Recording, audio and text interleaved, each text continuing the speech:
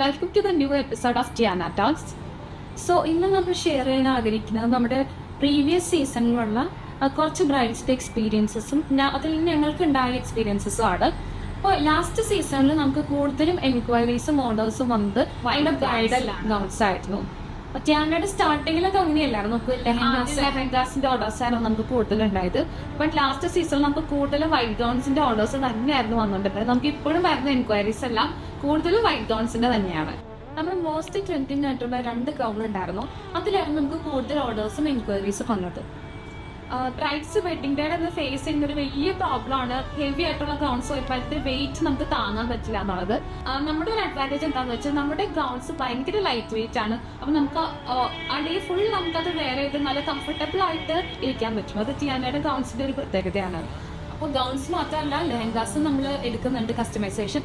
So ഒരു 4 to 5 months മുമ്പ് prayer ആയിട്ട് നമുക്ക് ഓർഡർ പ്ലേസ് ചെയ്യാം. അപ്പോൾ താഴെ ഡീറ്റെയിൽസ് ഒക്കെ നമ്മൾ കൊടുത്തിട്ടുണ്ട്. കസ്റ്റമൈസേഷൻ അവൈലബിൾ ആണ്, ഏത് കളറിലേക്ക് വേണമെങ്കിൽ നമുക്ക് കസ്റ്റമൈസ് ചെയ്യാം. സോ നമ്മുടെ ഡിസൈനേഴ്സ് ഹെൽപ്പ് ചെയ്യും.